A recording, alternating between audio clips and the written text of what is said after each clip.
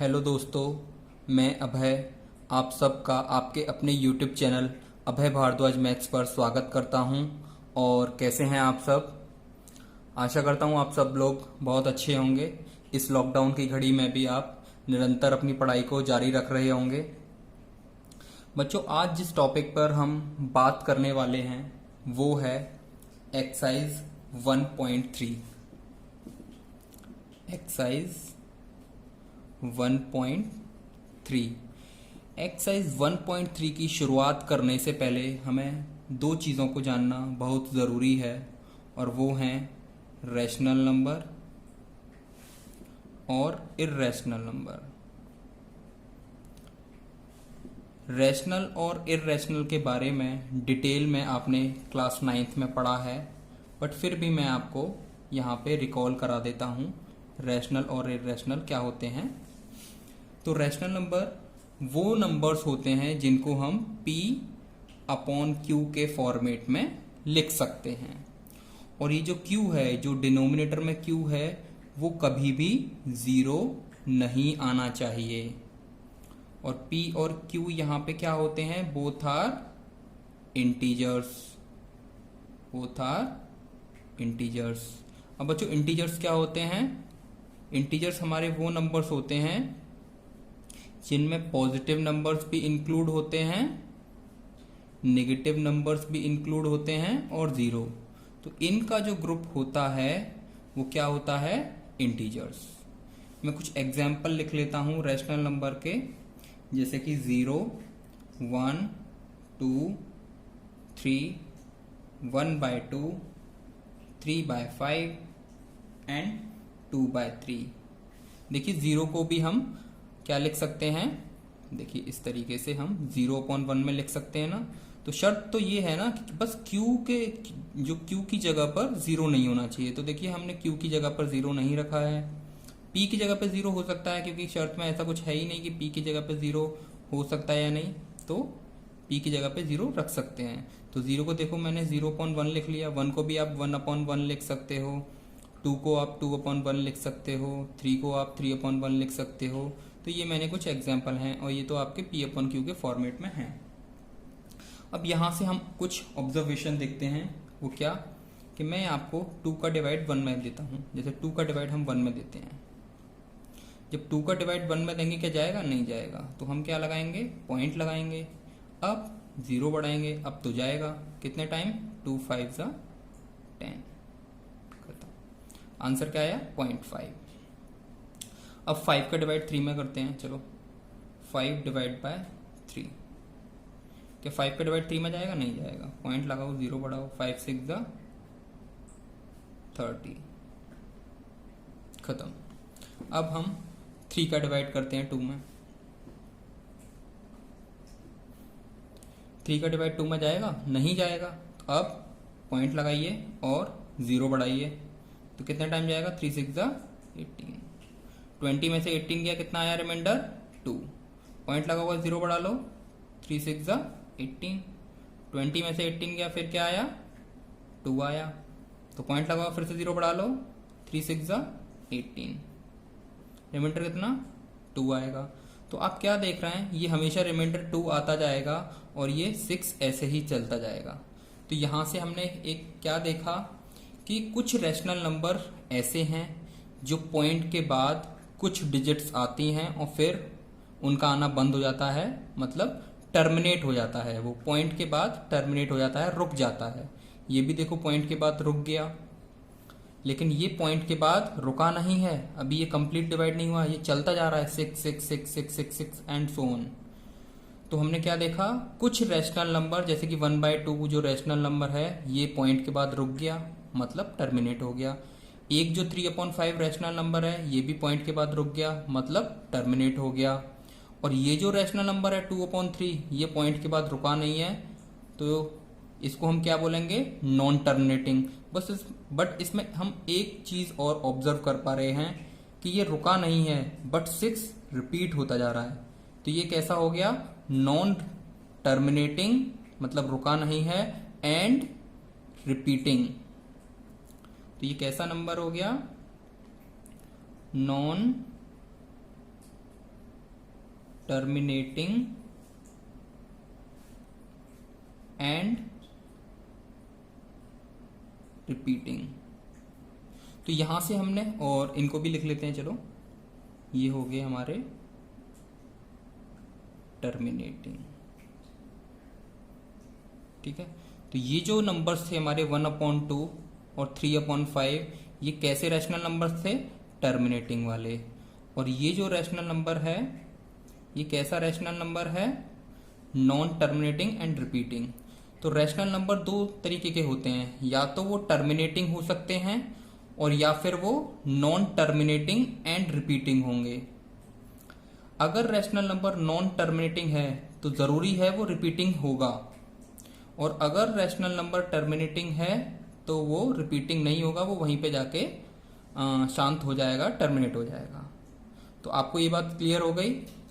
तो rational number क्या होंगे? या तो टर्मिनेटिंग फॉर्म के होंगे या फिर non terminating and repeating form के होंगे।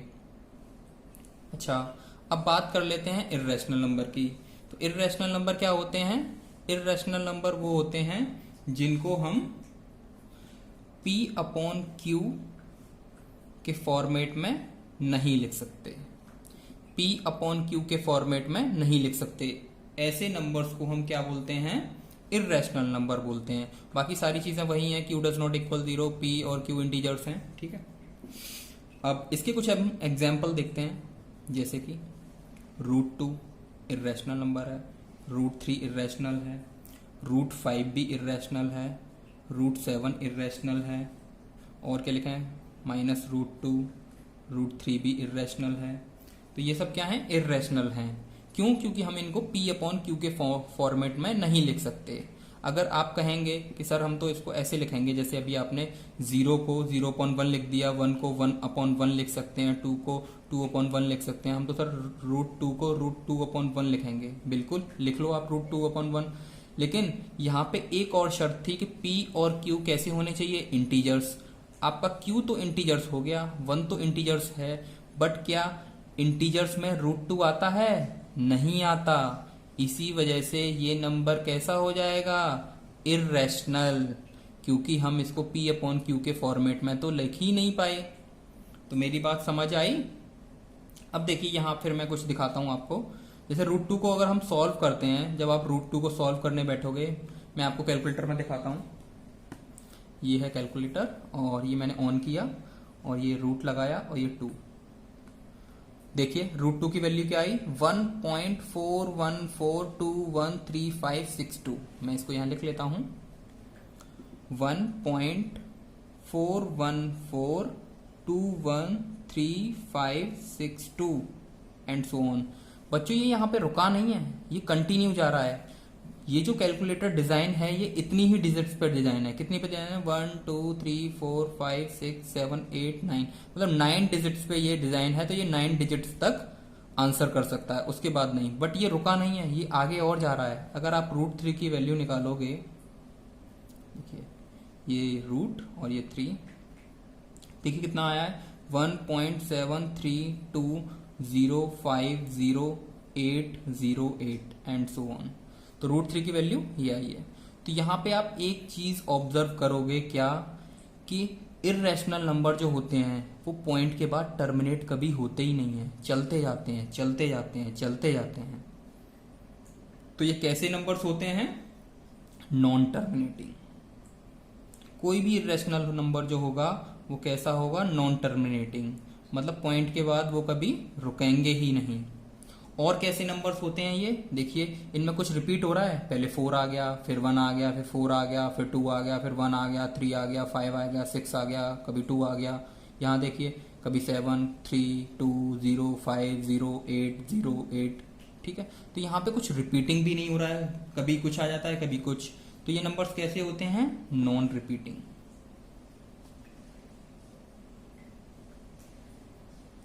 Non repeating. तो इर्रेशनल नंबर्स, कोई भी इर्रेशनल नंबर होगा वो नॉन टर्मिनेटिंग भी होगा और नॉन रिपीटिंग भी होगा। इर्रेशनल नंबर होने के लिए ये दोनों शर्तों का फॉलो होना जरूरी है। ओके, बट रैशनल नंबर में क्या है? रैशनल नंबर में या तो रैशनल नंबर टर्मिनेटिंग होगा या फिर नॉन टर्मिनेटिंग एंड रिपीटिंग होगा। ओके, यहाँ पे मैं पाई के बारे में और थोड़ा बता देता हूँ। जैसे पाई जो है, पाई की जो वैल्यू होती है वो होती है 3.14159.265 एंड सो ऑन। ये इसकी एक्यूरेट वैल्यू है और ये आगे फर्दर चलता जा रहा है। बट हम अपनी सुविधा के लिए, आसानी के लिए हम पाई की वैल्यू को लेट कर लेते हैं 22/7, बट ये एक्चुअल में इसके इक्वल नहीं होता है। बट जब आप 7 का डिवाइड 22 में करेंगे तो आंसर आएगा हमारा 3.14, जो हम डेली लाइफ में इसको यूज करते हैं। तो आई होप आपको रैशनल और इर्रेशनल के बारे में आइडिया हो गया होगा। अब बच्चों हम एक्सरसाइज 1.3 की शुरुआत करते हैं। एक्सरसाइज 1.3, ये फर्स्ट क्वेश्चन है, प्रूव दैट √5 इज इर्रेशनल। तो हमें फर्स्ट क्वेश्चन में क्या प्रूव करना है कि √5 कैसा नंबर है, इर्रेशनल नंबर है। स्टार्ट करते हैं।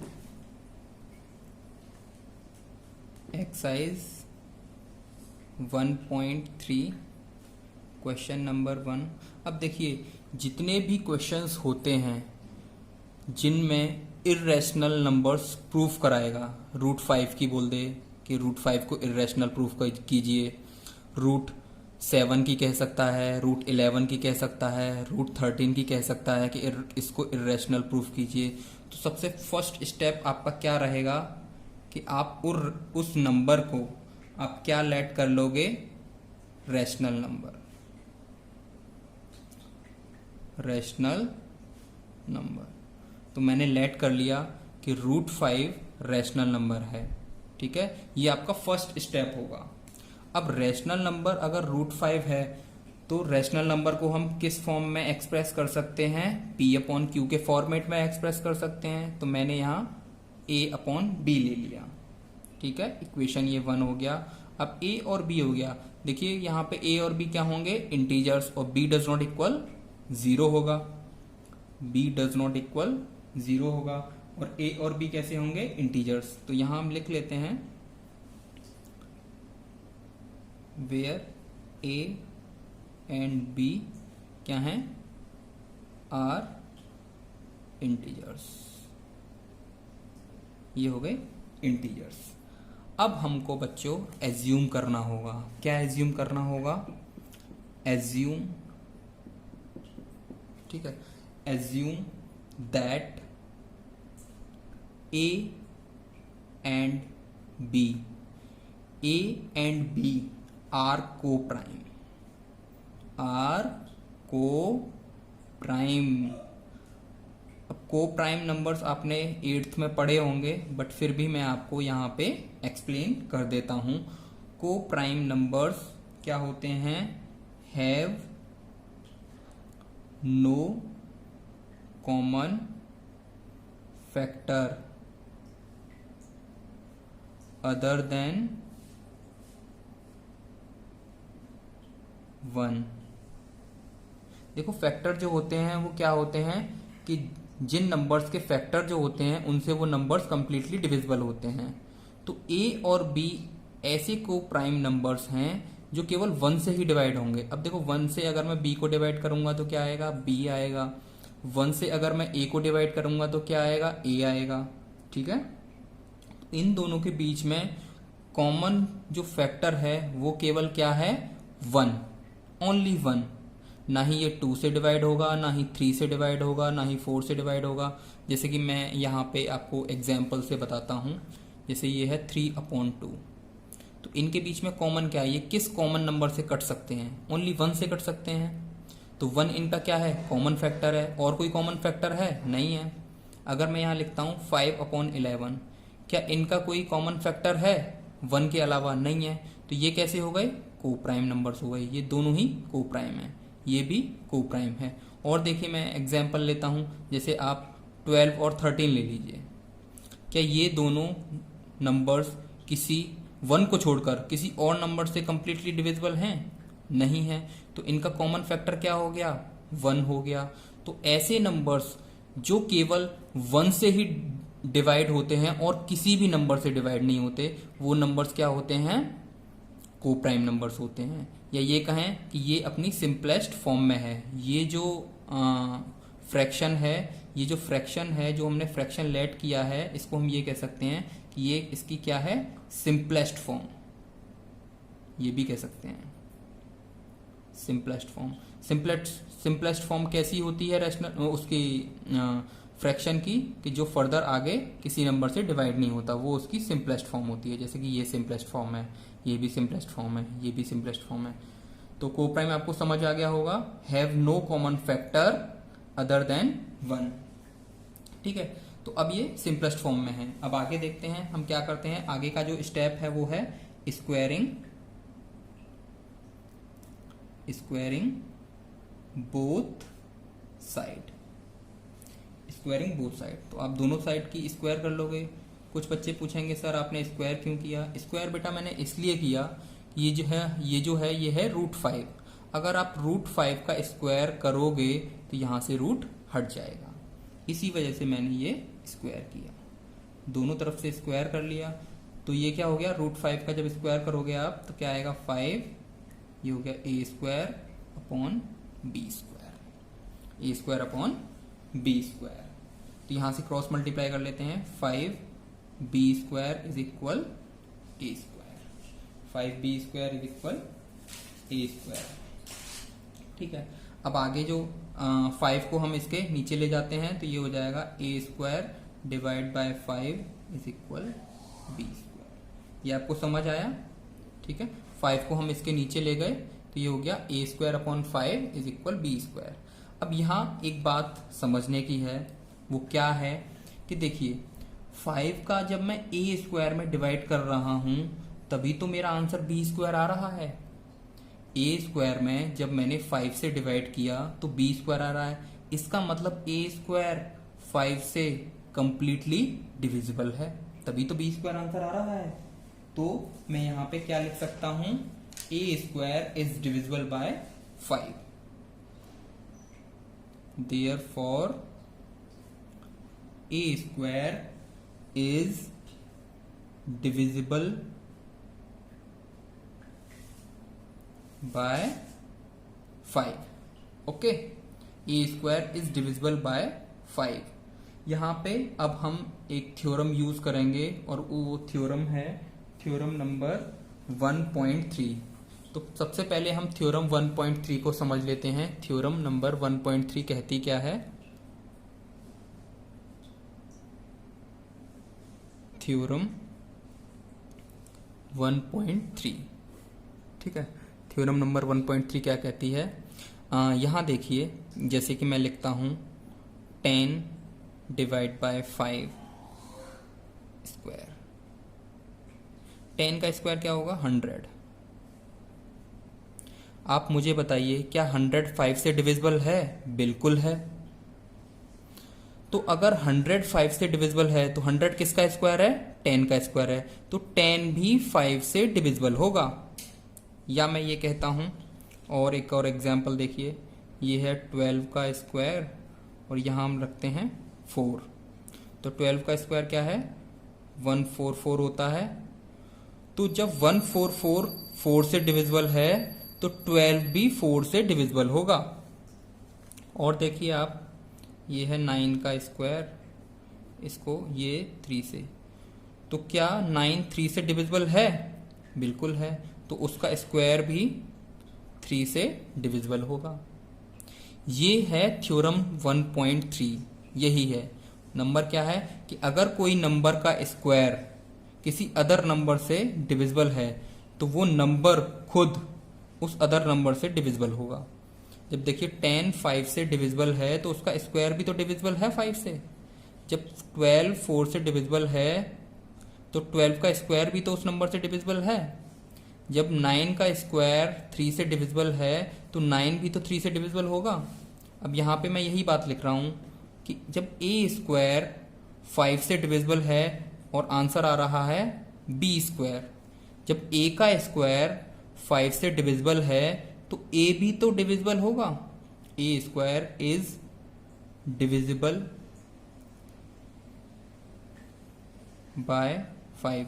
जब a का स्क्वायर 5 से डिविजिबल है तो also a is also divisible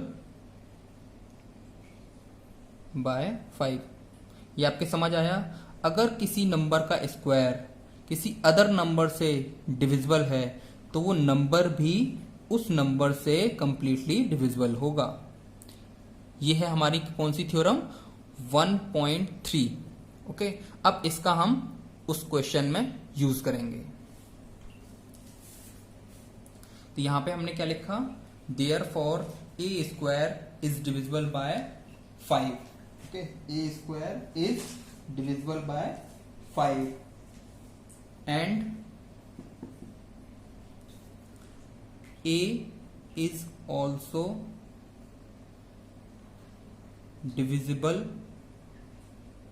by 5। ए भी 5 से डिविजिबल होगा। और यहां पे हम एक लाइन चिपकाएंगे, वो क्या? यूजिंग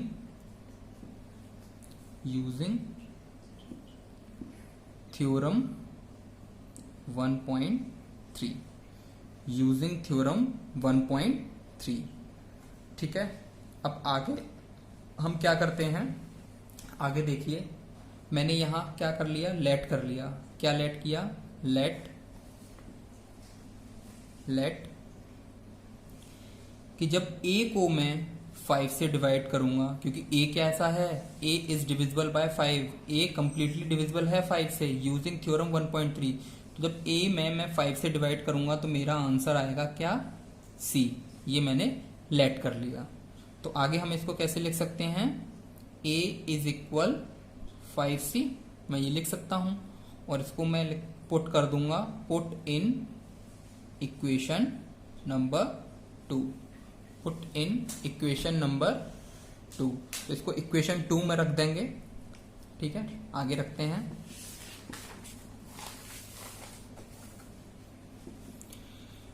तो इक्वेशन 1 हमारी क्या थी? ए स्क्वायर अपॉन 5। इक्वेशन 2 क्या थी हमारी? A square upon 5 is equal b square. अब ए की वैल्यू हम क्या रखेंगे? 5c स्क्वायर का whole square upon 5 is equal b square. तो इसको सॉल्व करते हैं, क्या आएगा? 5 5 25 c square upon 5 is equal b square. 5 से कट हो जाएगा, 5 5 25। तो ये हो गया 5c square upon B square. समझ तो आ रहा है ना बच्चों आपको? हाँ, अब हम क्या करते हैं? 5 को इसके b के नीचे ले जाएंगे। 5 को b के नीचे ले जाएंगे तो ये हो जाएगा b square upon 5 is equal c square. b square upon 5 is equal c square. ठीक है, अब यहां से आप देख सकते हैं, यहां पे भी वही हम थ्योरम यूज करेंगे कि जब b स्क्वायर 5 से डिवाइड होता है तो आंसर आता है c स्क्वायर। b स्क्वायर जब 5 से डिवाइड होता है तो c स्क्वायर। तो जब b स्क्वायर 5 से कंप्लीटली डिविजिबल है तो b भी तो 5 से डिविजिबल होगा यूजिंग थ्योरम नंबर 1.3 जो अभी मैंने आपको एक्सप्लेन की है। ओके, सो यहां पे हम लिखते हैं क्या? This means that b square is divisible by 5। b square 5 से डिविजिबल है एंड हेंस क्या? b इज ऑल्सो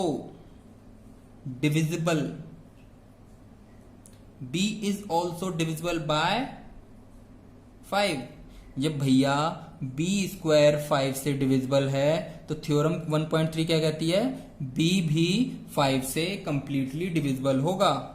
एक लाइन चिपका देते हैं, यूजिंग थ्योरम 1.3। तो यहां पे हम क्या लिख सकते हैं? इससे हमें क्या बात पता चलती है? दिस implies दैट, ये क्या इंप्लाई करता है, a and b have 5 as a common factor. देखिए अभी हमने क्या प्रूफ किया था कि ए जो है वो 5 से कंप्लीटली डिविजिबल है। इक्वेशन 2 जो बना था उसमें लिखा था ना, हमने अभी यूज किया था using theorem 1.3, A is divisible by 5। और यहाँ पे देखिए, यहाँ पे भी यही आ रहा है, b is also divisible by 5, मतलब ए और बी 5 से डिविजिबल हैं दोनों। तो this implies that a and b have 5 as common factor. 5 क्या है, कॉमन फैक्टर है। बट अभी थोड़ी देर पहले बच्चों हमने क्या लेट किया था कि ए और बी कैसे नंबर्स हैं, को प्राइम। कैसे नंबर्स हैं ए और बी, को प्राइम नंबर्स हैं। को प्राइम का मतलब वो केवल किससे कटेंगे, ओनली 1 से कटेंगे। वो केवल किससे कटेंगे, 1 से कटेंगे। बट यहां पे क्या आ रहा है, ए और बी के कॉमन फैक्टर क्या है, 5 भी है, 1 के अलावा 5 भी है। इसका मतलब ए और बी को प्राइम हुए। हमने ए और बी को को प्राइम लेट किया था, बट ए और बी को प्राइम हुए नहीं हुए। इसका मतलब क्या हुआ कि जो हमने लेट किया था वो गलत लेट किया था। तो and this is a contradiction.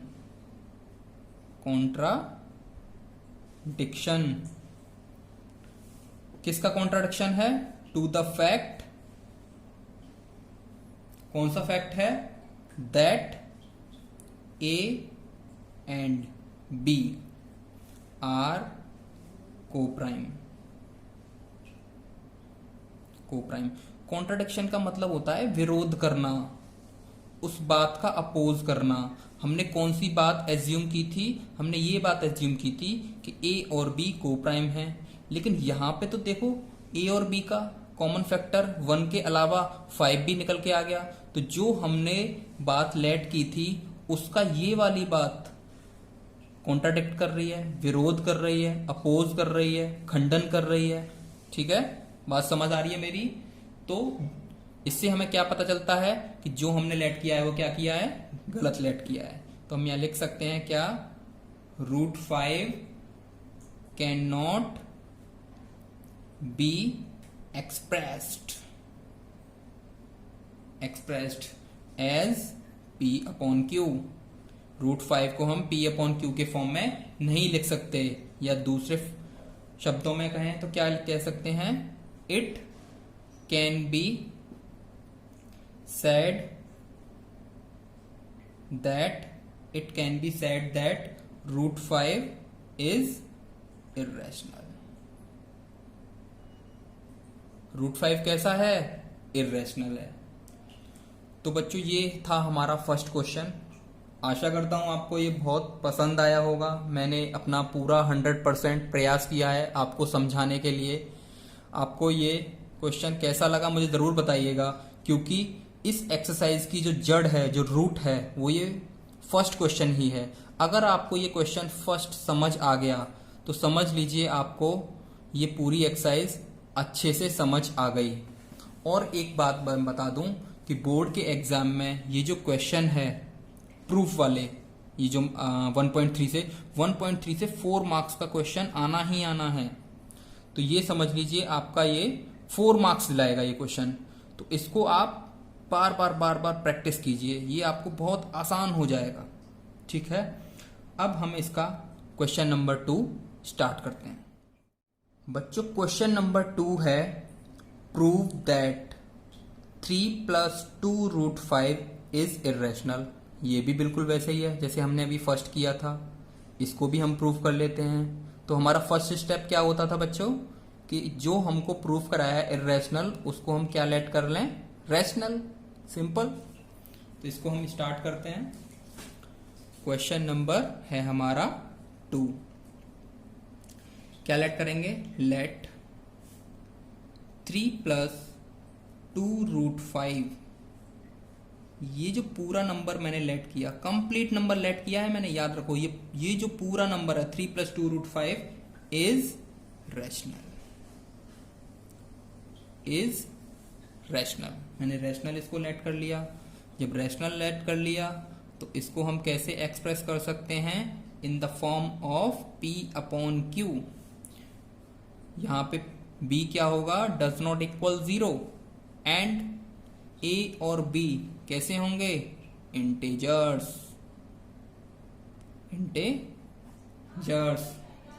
इसको हम इक्वेशन 1 दे देते हैं, इंटीजर्स।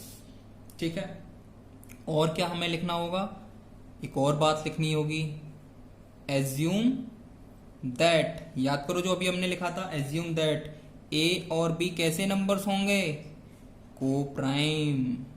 कैसे नंबर्स होंगे, को प्राइम।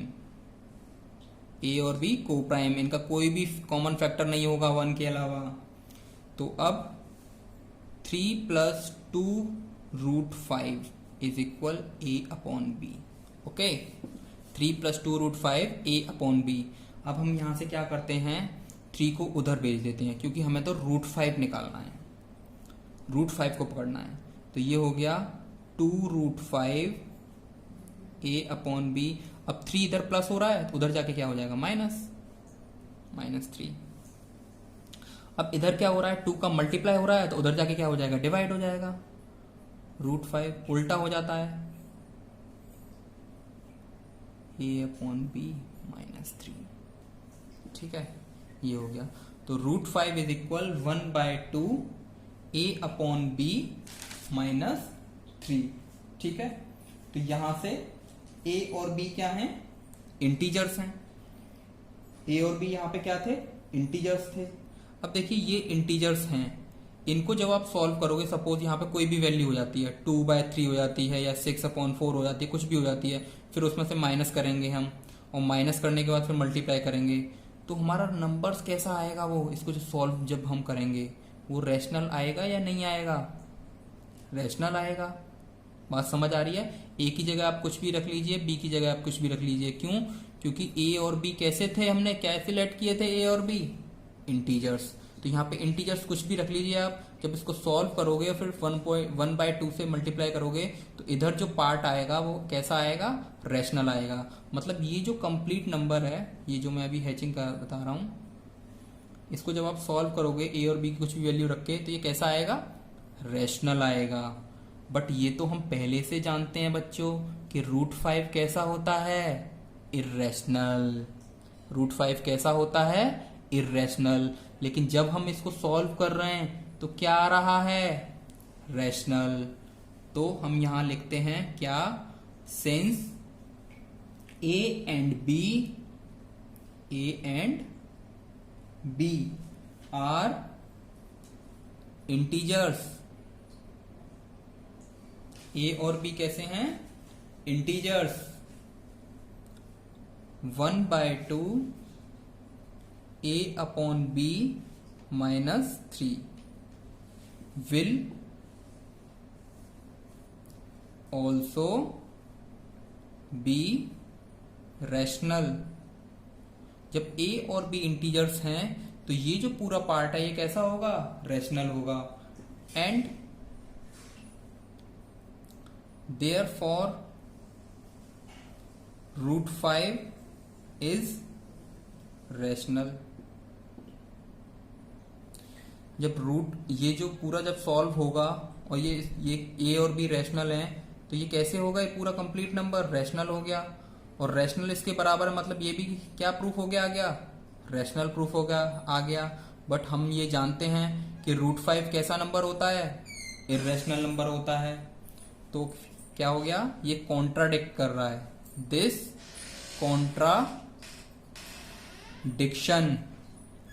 Contradiction the fact. ये कौन सा कॉन्ट्राडिक्ट कर रहा है फैक्ट को, दैट √5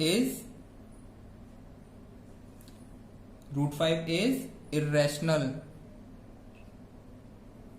देखिए फिर से मैं बताता हूं, √5 किसके बराबर आ गया है, एक रैशनल नंबर के बराबर आ गया है। बट ये तो हम पहले से जानते हैं ना कि √5 कैसा नंबर है, इर्रेशनल। बट यहाँ पे प्रूफ होके आ गया है, √5 को यहाँ पे जब हमने सॉल्व किया तो ये किसके फॉर्म में एक्सप्रेस हो गया, रैशनल नंबर P/Q के फॉर्म में एक्सप्रेस हो गया। तो यहां से बात निकल के आती है कि √5 एक कैसा है, रैशनल नंबर है। तो ये किस बात की खंडन कर रहा है या किस बात का कॉन्ट्राडिक्ट कर रहा है, इस फैक्ट का कॉन्ट्राडिक्ट कर रहा है कि √5 इर्रेशनल है। ठीक है, तो दिस कॉन्ट्राडिक्ट द फैक्ट, इस फैक्ट का अपोज कर रहा है कि √5 is irrational. Hence our assumption,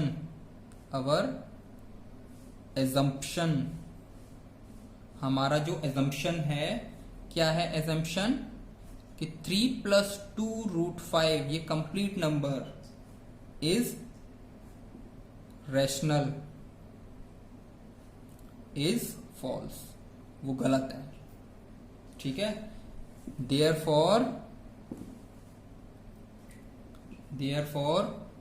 3 + 2 √5 is irrational। ठीक है, therefore 3 + 2 √5 is irrational। तो 3 + 2 √5 कैसा होगा, irrational होगा। मेरी बात समझ आई। √5 के यहाँ पे जब हमने सॉल्व किया तो ये पूरा कंप्लीट कैसा आ रहा है, रैशनल आ रहा है। तो इसके हिसाब से तो √5 रैशनल हो गया, बट ऐसा तो नहीं होता है। √5 कैसा होता है, इर्रेशनल होता है। तो इस इक्वेशन ने, ये जो इक्वेशन है, इस इक्वेशन ने √5 इर्रेशनल होता है उसका खंडन कर दिया, उसको कॉन्ट्राडिक्ट कर दिया इस इक्वेशन ने। तो इसी वजह से जो हमारा एजम्पशन है वो कैसा हो गया, फॉल्स हो गया। तो इसलिए 3 + 2 √5 इज इर्रेशनल। ठीक है, समझ आ गया दोस्तों। ये है हमारा third question, prove that the following are irrationals. First है 1/√2, इसको भी हमें इर्रेशनल प्रूफ करना है। सेकंड है 7√5, इसको इर्रेशनल प्रूफ करना है। थर्ड है 6 + √2, इसको भी हमें क्या प्रूफ करना है, इर्रेशनल प्रूफ करना है। तो इन तीनों को हम बारी बारी से देखेंगे। ओके, तो यहाँ पे हम सबसे पहला स्टार्ट करते हैं थर्ड का, फर्स्ट, और वो क्या है 1/√2।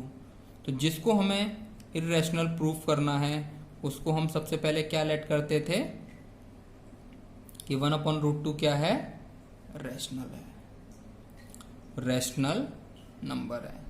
अब जब हमने 1/√2 को रैशनल लेट कर ही लिया है तो 1/√2 को हम a/b के फॉर्मेट में एक्सप्रेस भी तो कर सकते हैं। ये हो गया इक्वेशन 1 हमारा, a/b के फॉर्मेट में हमने एक्सप्रेस कर दिया। अब a और b कैसे नंबर्स होंगे, इंटीजर्स। a और b इंटीजर्स होंगे और b कैसा होगा, डज नॉट इक्वल 0। ओके, सो इसको हम आगे देखते हैं, इसका क्रॉस मल्टीप्लीकेशन करते हैं। तो b × 1 b, और ये हो गया a × √2 a√2। ओके, तो यहां से √2 की वैल्यू क्या आएगी, √2 की वैल्यू आएगी b के नीचे a आ जाएगा, b/a। ये √2 की वैल्यू आ गई, √2 = b/a। ठीक है, b/a। अब ये बताइए b और a कैसे थे, इंटीजर्स थे। तो ये जो कंप्लीट नंबर है, ये जो कंप्लीट नंबर है, ये कैसा नंबर आएगा, एक रैशनल आएगा। आएगा या नहीं आएगा, बिल्कुल आएगा। तो b/a इज रैशनल, b/a कैसा आ गया, is rational, as a and b are integers. b/a rational क्यों होगा, क्योंकि a और b आर इंटीजर्स। ओके, तो हम यहां लिख सकते हैं, क्या लिखेंगे, therefore √2 is rational, root two is rational which contradicts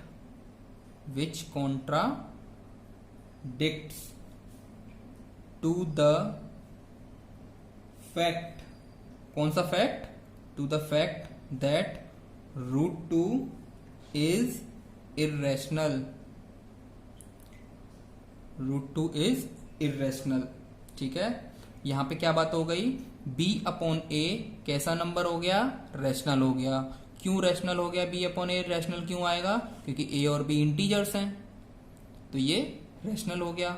but root 2 कैसा नंबर होता है? इर्रेशनल होता है. रूट 2 कैसा नंबर होता है? इर्रेशनल होता है. तो रूट 2 इज रैशनल, जो कि इस बात का अपोज करता है. कॉन्ट्राडिक्ट मतलब अपोज करना. किस बात का अपोज करता है? कि रूट 2 इर्रेशनल है. यहां पे तो ये बात अपोज ही कर रहा है ना रूट 2 का, कि रूट 2 इर्रेशनल है. यहां से तो रैशनल निकल के आ रहा है. इसका मतलब जो हमने लेट किया था वो क्या लेट किया था? गलत लेट किया था. तो यहां पे फिर हम लास्ट में वही वाली लाइन चिपका देंगे. हेंस अवर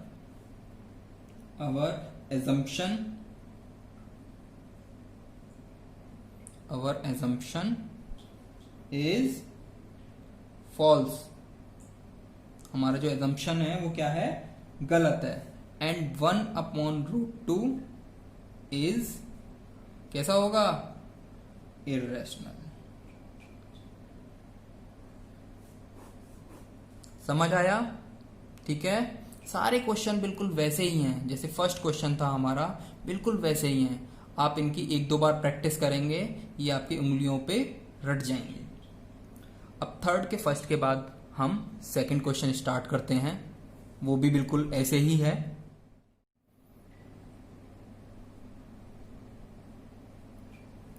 थर्ड का सेकंड पार्ट क्या है? लेट 7 रूट 5 को हमें क्या प्रूफ करना है? इर्रेशनल. बट फर्स्ट स्टेप हमारा क्या होता था? जिसको इर्रेशनल प्रूफ करना है उसको रैशनल मान लो. रैशनल नंबर 7 रूट 5 मैंने कैसा मान लिया? रैशनल. अब नेक्स्ट स्टेप क्या होता था? जब ये रैशनल है तो इसको a अपॉन बी के फॉर्मेट में एक्सप्रेस कर सकते हैं हम. तो इसको a अपॉन बी के फॉर्मेट में एक्सप्रेस कर लिया. अब a और b देखिए वही सारी कॉमन चीजें हैं. a और b कैसे होंगे? इंटीजर्स होंगे. b डज नॉट इक्वल 0 होगा. और a और b कैसे होंगे? को प्राइम.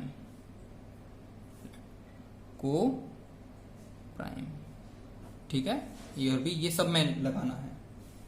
अब यहां से इसको हम सॉल्व करते हैं. तो आगे जब आप सॉल्व करोगे तो यहां से हमें तो रूट 5 निकालना है. रूट 5 देखिए, हमेशा जो जितने भी क्वेश्चंस आएंगे उनको हमें रूट वाले नंबर्स को ही पकड़ना है. क्यों? क्योंकि रूट वाले ही तो नंबर्स होते हैं इर्रेशनल, बस उनको पकड़ना है आपको. तो रूट 5 ये आ गया, तो a अपॉन 7b. अब देखिए ये पहले जैसा ही हो गया. a कैसा है? इंटीजर है. b कैसा है? इंटीजर है. जब इसको सॉल्व करेंगे तो ये पूरा नंबर कैसा आ जाएगा? रैशनल. बट हम तो ये जानते हैं ना कि रूट 5 कैसा है? इर्रेशनल. इसका मतलब ये जो हमारा एजम्पशन है वो क्या हो गया? गलत हो गया. वही जो जैसे हमने अभी लास्ट में किया था. हम यहाँ लिख सकते हैं a upon 7b is rational as a and b are integers. a and b are integers. Therefore root 5 should be rational. जब a अपॉन 7b रैशनल है, क्यों? क्योंकि a और b इंटीजर्स हैं, तो रूट 5 को भी तो रैशनल होना चाहिए. रूट 5 को भी तो रैशनल होना चाहिए. This contradicts the fact. किस फैक्ट को?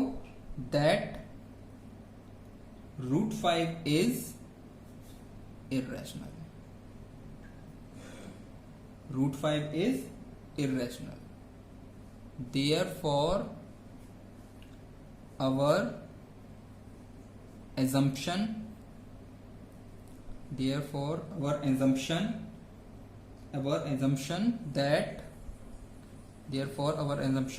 that 7 root 5 is rational is false।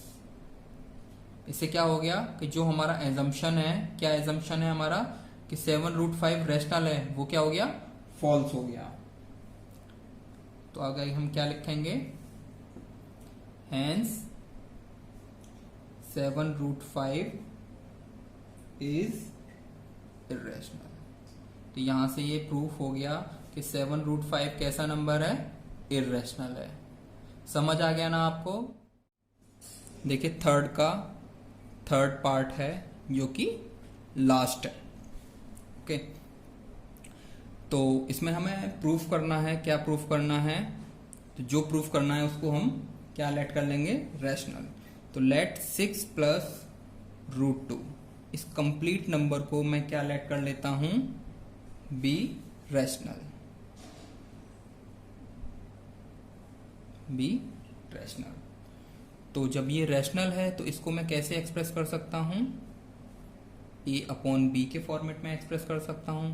फिर वही a और b क्या हैं, इंटीजर्स हैं, और b does not equal 0।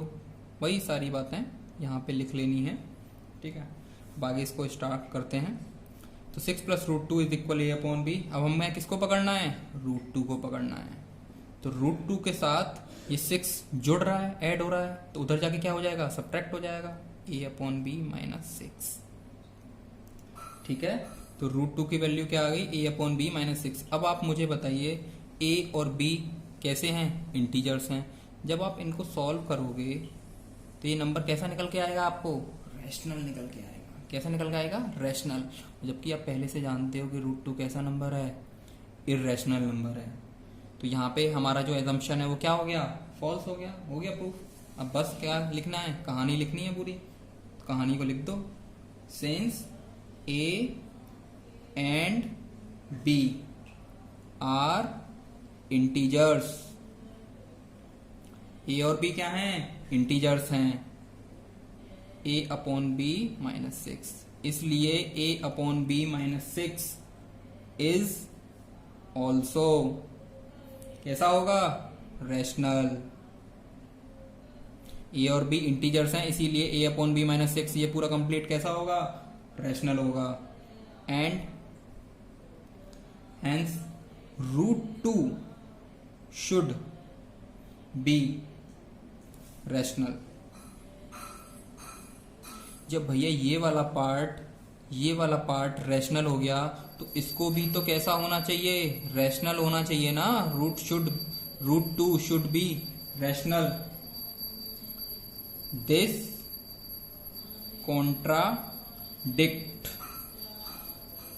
contradicts the fact that ये जो रूट 2 शुड बी रैशनल है, ये कॉन्ट्राडिक्ट करता है, किस फैक्ट का कॉन्ट्राडिक्ट करता है, that root 2 is irrational. Root 2 is irrational, इस बात का खंडन करता है या इस बात का अपोज करता है कि रूट 2 इर्रेशनल होता है। बट ये तो हम पहले से जानते हैं ना कि रूट 2 कैसा होता है, इर्रेशनल होता है। हमें ये नहीं पता कि 6 प्लस रूट 2 कैसा नंबर होगा, रैशनल हो गया, इर्रेशनल हो गया, तो हमने रैशनल लेट कर लिया। बट ये तो हम जानते हैं ना कि रूट 2 इर्रेशनल है। तो therefore our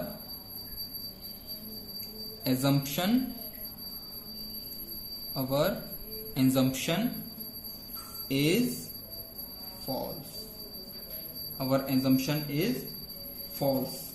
And 6 plus root 2 is irrational.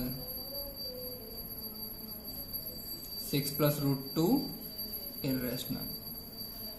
तो ये हमारा इर्रेशनल प्रूफ हो गया। ठीक है, तो बच्चों ये था हमारा थर्ड पार्ट जो कि कंप्लीट हो गया, और ये आपकी एक्सरसाइज 1.3 रियल नंबर की ये भी कंप्लीट हो गई। अब इसके बाद जो एक्सरसाइज होगी वो होगी हमारी 1.4।